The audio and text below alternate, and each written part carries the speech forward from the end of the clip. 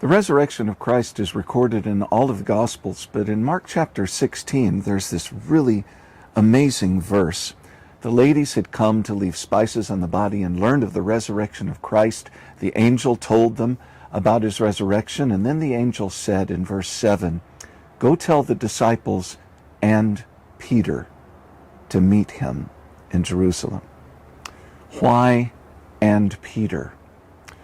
Because the Lord knew the shame, the guilt, the condemnation that Peter was struggling with, and the questions about whether 3 years of ministry had all come to an end and the promise was dead. But it was not dead. Jesus' first encounter with Peter was at the seashore. He'd been fishing all night and hadn't caught any fish, and Jesus said, "Come, follow me, and I'll make you fishers of men." 3 years of teaching, 3 years of stubbornness in Peter's life, 3 years of seeing his character being chipped away and learning what it meant to follow Christ, and then that major event of the denial of who Christ was.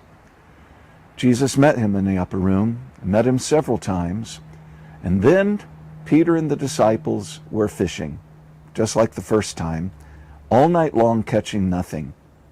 And a man on the seashore called out and said, "Have you caught anything?" "No, nothing at all." "Throw the nets on the other side." Wow, what a mirrored image of what happened in their first encounter with Christ. Peter winds up jumping in the water, swimming to shore, sitting with the Messiah. And he realizes the first time by the seashore, Jesus called him to follow and learn.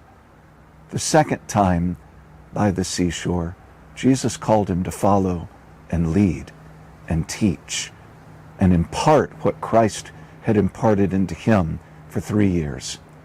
Paul said in Philippians 1:6, "Being confident that God, who begun this work in you, will complete it." No matter what you've been through, no matter what you're facing right now, no matter how many questions about whether the promise is still active in your life, it is. He calls you just like he calls Peter, to trust him, to pick up the pieces and follow him, and to know that everything is under his blood. Walk forward with him into the promises that he made and he will fulfill in your life.